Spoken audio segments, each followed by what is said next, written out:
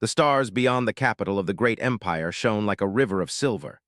Ships moved between planets, carrying diplomats, traders, and soldiers who maintained the vast control of a civilization that spanned 1,000 systems. At the center of this empire sat the emperor, a ruler known for his wisdom, his patience, and the quiet fear he inspired in every being under his command.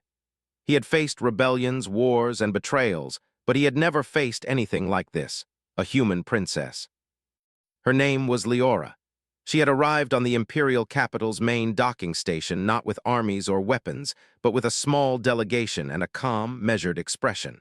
She looked ordinary in every way. Her hair was a soft brown, her eyes were steady and curious, and her posture was polite but confident. But beneath her calm exterior, she carried a mind that could see patterns and possibilities that few others could. Humans were considered weak. They were a new species in imperial records, noted for their short lifespans, fragile bodies, and untrained military forces. Most alien nobles looked at her arrival with mild amusement, seeing only a young human girl who could be ignored or used as a symbol of victory. The emperor, however, did not smile. He watched. From the first day, Leora's actions were simple, polite, and deliberate. She spoke softly to the officials who greeted her. She asked questions about imperial laws, treaties, and histories. She requested access to trade reports, archives, and logistical records, and she read them with quiet intensity. No one could understand what she was doing, and that alone made her dangerous. The court buzzed with whispers. "Why does she ask about the old trade routes?" one noble asked.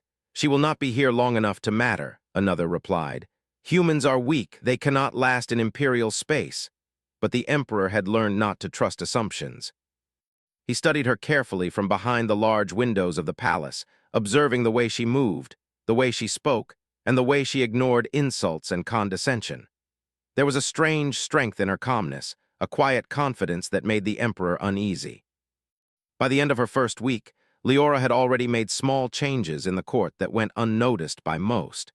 She corrected minor errors in trade calculations that had persisted for decades. She asked pointed questions about resource allocations that no one else thought to challenge, and she spoke to other delegates not with fear, but with curiosity, treating them as partners rather than subjects. One afternoon, the emperor summoned his chief advisors. They entered the grand hall filled with the sound of their footsteps on polished floors. "Your Majesty," the lead advisor began, "the human princess—" "She is not an enemy," the emperor interrupted, "and she is not an ally yet, she is observing. But sire, she is human. They are fragile, their technology is simple, they cannot possibly threaten the empire in any way," another advisor argued. The emperor leaned back in his chair, his eyes narrowing. "Do you remember the first time we underestimated a species? How many systems fell before we understood the threat?" The room fell silent. History had shown time and again that small, overlooked things could shake even the greatest powers. Meanwhile, Leora walked the palace corridors, accompanied by her aides. She watched the alien officials carefully, noticing their habits, the way they moved their hands when lying, the way they avoided certain corridors, the way information flowed in whispers. Every day, she gathered more than facts. She gathered understanding. One evening, she visited the archive halls. The archivist, an elderly alien with hundreds of years of memory, watched her with suspicion. "You wish to see the records of the old empire," he said. "Yes," Leora replied politely. "I want to understand how the empire has governed for centuries. Only by knowing the past can one act wisely in the present." The archivist frowned, but allowed her access. Leora moved through the endless rows of records, noting patterns, agreements, and errors. She did not touch anything that could be considered dangerous, yet she left the archives with a mind full of strategies, alliances, and vulnerabilities. Back in the emperor's throne room, intelligence reports began arriving. Ships from human space had already sent messages to distant allies, trade partners, and rival factions. All of these communications were perfectly legal, polite, and seemingly ordinary. Yet, when analyzed, it was clear that Leora had made connections that could not be ignored. The emperor frowned at the reports. "She has made friends," he said quietly, "and she has done it without a single threat, without a single weapon." His advisors tried to assure him that this was harmless, but the emperor remained unconvinced. He had faced countless wars, and he had learned that the most dangerous moves were often invisible until they became unavoidable. Meanwhile, Leora continued her quiet campaign. She hosted small gatherings, inviting other young diplomats and promising to listen to their ideas. She learned the languages of several alien species quickly, asking questions that revealed knowledge of history and law. She did not demand obedience. She did not issue threats. She simply made people think, made them cooperate, and made them realize that working together could be easier than working against her. One day, the emperor himself decided to observe her in person. Disguised as an ordinary diplomat, he entered one of her discussions. Leora greeted him politely, unaware of his true identity, and continued speaking about trade routes, supply chains, and communication networks. She listened to each delegate, summarizing their points clearly and making suggestions that increased efficiency. The emperor was struck. She was human, yes, but humans had a certain resilience, a certain creativity, and a certain understanding of people that he had rarely seen in his court. He realized that underestimating her would be a mistake far greater than any of his previous errors. Days turned into weeks. Leora's influence quietly spread. Alien traders who once ignored human technology began adapting human methods. Diplomats from other systems began using human-style negotiation strategies. Even soldiers noticed that humans had an unusual ability to adapt to changing conditions, to survive under pressure, and to turn small advantages into great victories. One evening, Leora stood on the balcony of her quarters, looking out at the lights of the city below. She had no army, she had no weapons. She had only her mind, her understanding, and her ability to connect with others. Yet she knew that power did not always come from strength alone. Sometimes the quiet, clever moves were enough to shift the balance of the galaxy. The Emperor watched her from afar. For the first time in centuries, he felt uncertain. He feared not that she would attack him, but that she would change everything without a single battle. And in that fear, he realized something he had never admitted. Humanity was not weak. Humanity was unpredictable, and the human princess was unstoppable. The Empire had always believed in strength. Its fleets patrolled the stars, its governors commanded planets, and its laws were enforced with precision. Yet in the quiet corridors of the Imperial Palace, a single human girl was changing the rules without anyone noticing. Princess Leora's influence was spreading. Her requests for trade data and archives had been granted, and she had studied them with unmatched speed. But she was no longer content with observation alone. She began to act. The first sign came as minor economic disruptions. Supply chains that had been perfectly balanced for decades began to shift unexpectedly. Small delays appeared in delivery schedules, and certain luxury goods became scarce on several planets. Most officials blamed administrative mistakes. No one suspected the human princess, but Leora knew exactly what she was doing. She had studied the weaknesses in the Empire's logistics, discovered redundant systems, and suggested small improvements to the humans and sympathetic aliens she had quietly contacted. These changes did not break the Empire. They simply made certain elements depend on human knowledge and methods. In other words, the Empire was slowly adapting to humanity's influence. The Emperor noticed the disruptions. He called his advisors into the throne room, a golden hall filled with statues of long-dead rulers. "What is happening with the supply chains?" he demanded. "Your Majesty, minor errors, perhaps mismanagement," one advisor replied.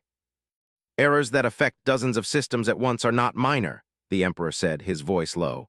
"Someone is changing the patterns." The advisors looked at each other uneasily. No one wanted to admit that a human princess, weak, small, and inexperienced, could have such influence. Meanwhile, Leora continued her quiet work. She arranged meetings with young diplomats from other species, showing them new ways to communicate and solve disputes. She did not threaten, she did not intimidate. She simply presented ideas that were logical, fair, and more efficient than the old methods. Slowly, she built a network of allies who were willing to try new ways of working. One evening, she visited a neutral planet that served as a trading hub.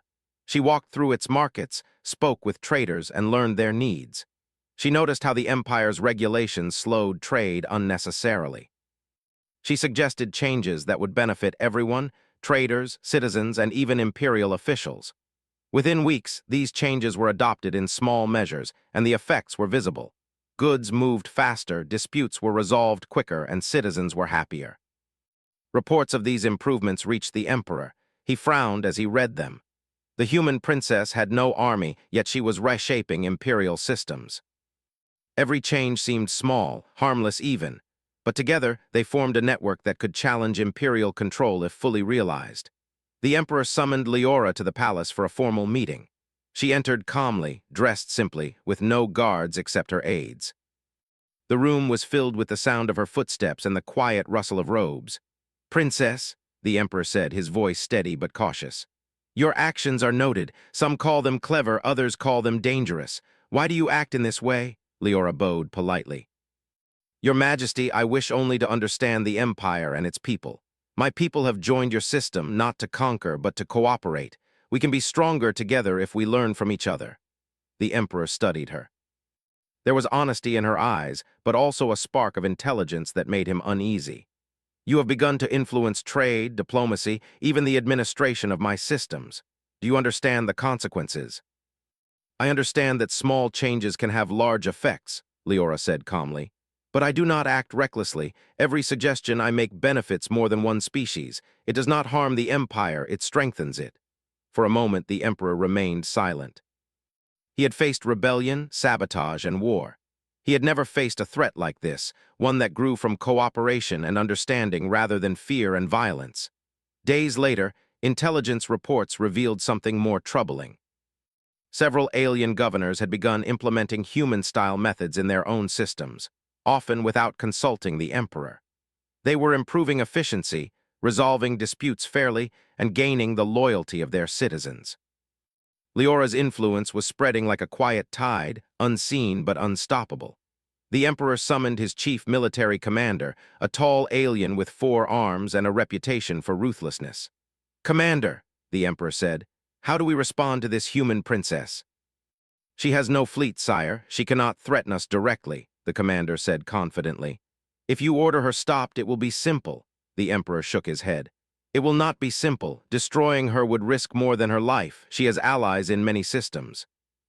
Even if we remove her, the methods she taught will remain. She is changing the empire from the inside." The commander frowned. "Then what do you suggest, sire?" "Observe," the emperor replied quietly. "Learn, understand, and prepare. The human princess is not a threat in the usual sense. She is a force that cannot be ignored." Meanwhile, Leora continued her work. She had learned to read the moods of the empire's citizens and diplomats. She knew when to speak, when to listen, and when to suggest small improvements.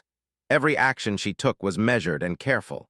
She avoided confrontation, but she was always moving forward, slowly building influence. One afternoon, she received a message from a distant system. It was from a group of planets that had been neglected by the Empire for decades. They were in conflict over trade routes and resources. Leora sent a simple proposal, a council where each planet could present its needs and work together to find solutions. She offered guidance but did not demand obedience. Within weeks, the council was formed. Conflicts that had lasted for years were resolved peacefully. Traders and citizens praised the new system, and word of the success spread. Other neglected systems began requesting the same human-guided councils. Leora had created a model for cooperation that even the Empire could not ignore. The Emperor watched these developments with growing concern. He understood the danger. Leora did not wield weapons or armies, yet she was creating networks of loyalty and efficiency that could rival imperial power. He realized that underestimating her would be catastrophic. One evening, he called a meeting with his closest advisors and generals. The room was tense. "Princess Leora is not a normal threat," he said. "She does not attack, she does not destroy, she builds, she teaches, she inspires, and the empire is changing under her influence." The advisors were uneasy. "Sire, should we act?" one asked. "No," the emperor replied. "If we act against her, we risk turning her allies against us. If we ignore her, the empire will slowly lose control. We must watch, learn, and prepare. The human princess moves in ways we cannot predict, and for the first time, I fear a force that is not violent but unstoppable."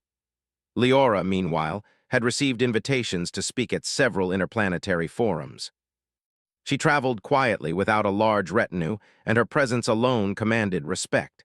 She asked questions, listened, and proposed solutions. She was not seeking power for herself. She was creating a future where humans and aliens could coexist peacefully. Yet her success only increased the emperor's unease. Every time she solved a problem, she gained more influence. Every time she showed fairness and intelligence, more governors, diplomats, and citizens began to follow her methods. And every time she spoke, the idea spread that cooperation could be stronger than fear, and understanding stronger than domination. One night, Leora stood on the balcony of her ship as it orbited the imperial capital. She looked down at the city, glowing with lights, and thought about the next steps. She had already gained allies, built networks, and created solutions for problems the Empire had ignored for centuries. Yet she knew the work had only begun. The Emperor watched from his palace, unable to sleep. He had ruled for decades, faced countless threats, and seen empires rise and fall. Yet for the first time, he did not know how to respond. He feared not for his life, but for the control of his empire. The human princess had moved without weapons, without armies, without violence, and yet she had shifted the balance of power in ways he could barely understand. And so, the stage was set. The empire faced a force unlike any it had known before. A human princess, small but intelligent, calm but relentless, was quietly rewriting the rules. The galaxy waited, unaware that a new era was beginning, not with war, but with ideas, alliances, and the unstoppable determination of one human girl. The Emperor understood one truth clearly. When the human princess made her next move, no one, not even him, would be ready. The empire had changed, though not by war, not by conquest, and not by fear. The changes were subtle, quiet, and unstoppable. And at the center of it all stood Princess Leora, the human who had moved across the galaxy not with armies, but with ideas, alliances, and intelligence. By now, Leora had built a network of loyal allies from dozens of planetary systems. Governors, diplomats, traders, and even military officers began adopting her methods of negotiation, cooperation, and fair trade. The empire had never experienced such rapid change without rebellion or violence. And yet, it was changing, whether the emperor liked it or not. The emperor watched from his throne room. His advisors tried to reassure him, but he remained silent. He had faced countless threats in his lifetime, but none as perplexing as this. Every action Leora took was legal, logical, and beneficial in some way. Yet every action increased her influence. Every improvement she introduced made the empire more dependent on her methods. He summoned his generals and advisors. The room was tense. "She does not wield weapons," the emperor said quietly. "She does not lead armies.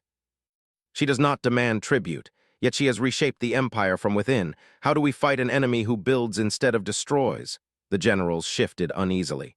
"Sire, perhaps she is not an enemy," one said. "That is exactly the problem," the emperor replied. "If she is not an enemy, then what do we do when the empire itself begins to follow her? When loyalty shifts from fear to respect, from tradition to cooperation? That is a force we cannot control, and it terrifies me." Meanwhile, Leora was traveling between systems. Her ship was modest, without heavy defenses, yet wherever she went, she carried solutions. She visited planets with economic troubles, offering advice to merchants. She helped colonies in conflict find compromise. She introduced human-style systems of communication and resource management. Every system she touched became stronger, fairer, and more efficient. When she returned to the imperial capital, she was invited to speak at the High Council, the most influential political assembly in the empire. Alien nobles and leaders filled the grand hall, many skeptical, some openly hostile. The emperor sat silently at the back, watching. Leora stepped forward. She spoke clearly, politely, and without hesitation. "My fellow leaders," she began, "we face a galaxy that grows more connected every day. Trade, communication, and cooperation are no longer optional, they are necessary. I do not ask you to abandon your traditions, but I ask you to consider how small changes, when combined, can make life better for all." She presented solutions to supply chain issues, disputes between planetary systems, and diplomatic inefficiencies. She showed how minor adjustments could prevent conflicts, increase trade, and improve living conditions across hundreds of worlds. Some delegates scoffed. "Why listen to a human?" one asked loudly. "Because she is right," another replied quietly. "And she shows how to achieve it without conflict." The council listened. By the end of the session, many delegates were convinced. Even some of the emperor's closest advisors nodded silently. Leora had not demanded obedience. She had not threatened punishment. She had simply shown a better way, and it worked. After the council, Leora was alone in her chambers. She considered the next step. She had built trust, created networks, and solved problems that had persisted for decades, yet she knew that her influence alone was not enough. Change required patience, intelligence, and strategy. The emperor called for a private audience. Leora entered the imperial throne room, greeted politely, and waited. The room was silent except for the soft hum of distant machinery and the faint shimmer of the palace lights. "Princess Leora," the emperor began, "you have achieved what no other human or alien could. You have built loyalty without fear. You have created systems that even my governors respect. And you have done it without armies, without weapons, and without violence. Why?" Leora bowed slightly. "Your Majesty, my people do not conquer through fear. We grow through understanding. Power is not always in strength. It can also be in knowledge, cooperation, and trust." The emperor's eyes narrowed. "And what of the empire? Do you intend to take it from me?" Leora shook her head. "I do not seek to take the empire. I seek only to help it adapt, to survive, and to grow stronger. The empire does not need to fall. It needs to change." The emperor thought deeply. For centuries, he had ruled through fear and control. But he had seen the truth. Humans were different. They had resilience, intelligence, and creativity that no military force could match. Leora had demonstrated that humans could lead without conquest, influence without force, and win loyalty without threats. "You are dangerous," the emperor said finally. "Not because you fight, not because you destroy, but because you make others follow you willingly." "That is a power I have never faced." Leora smiled faintly. "Your Majesty, true power is not in making others obey, it is in showing a better way and letting them choose it themselves." The emperor nodded slowly. He realized that to fight Leora would be to destroy the systems she had improved, the networks she had built, and the goodwill she had earned. And in doing so, he would risk alienating the very people he had ruled for decades. And so, he made a choice. Over the next weeks, he met with governors, generals, and diplomats. He instructed them to observe Leora's methods, not resist them. He asked them to learn, adapt, and consider her strategies in their own governance. Slowly, the empire began to evolve, guided by the ideas of a human princess who had never drawn a weapon. Across the galaxy, systems once stagnant or neglected began to prosper. Trade increased, disputes decreased, and citizens were more loyal, not out of fear, but out of respect. The empire became stronger, more efficient, and more resilient than ever before. And all the while, Leora continued to guide, advise, and observe, never taking more than what was offered, never demanding more than she needed. The emperor watched the transformation with mixed feelings. He feared the unknown, yet he could not deny the results. The empire was thriving in ways he had never imagined. The human princess had proven that strength was not always measured in fleets or weapons, but in intelligence, patience, and the ability to unite others. One day, Leora stood on the balcony of the imperial palace, looking out at the stars. She thought of Earth, of her people, and of the future she wanted to build. A future where humans and aliens could work together, where knowledge and cooperation were more powerful than fear and war. The emperor approached her silently. She did not turn, yet she sensed his presence. "You have done what I feared most," he said softly. "Not by force, not by threat, but by showing a better way. You have made me realize that the empire can grow stronger, but only if I change alongside it." Leora bowed. "Your Majesty, the galaxy is full of possibilities. Strength is important, but wisdom, cooperation, and understanding can achieve more than power alone." The emperor smiled faintly. "Perhaps humans are not what I expected. Perhaps they are better." And so the galaxy entered a new era. Humans were no longer considered weak, insignificant, or irrelevant. They were respected for their intelligence, their creativity, and their ability to inspire change without destruction. The human princess had shown that one mind, one determination, and one vision could move an empire, not through fear, but through respect, logic, and cooperation. In history books, it would be written that the emperor feared the human princess's next move. But the truth was more subtle. He feared her power not because she could destroy, but because she could change everything. And sometimes, change was more dangerous than war. The stars beyond the empire continued to shine, carrying the promise of new alliances, new discoveries, and new possibilities. And at the center of it all stood Princess Leora, calm, intelligent, and unstoppable, not with weapons, but with wisdom, patience, and the undeniable power of humanity. The empire had survived countless threats, yet it had never faced one like her. And in the quiet of the palace, the emperor finally understood. The human princess's next move would always be unpredictable, always clever, and always unstoppable.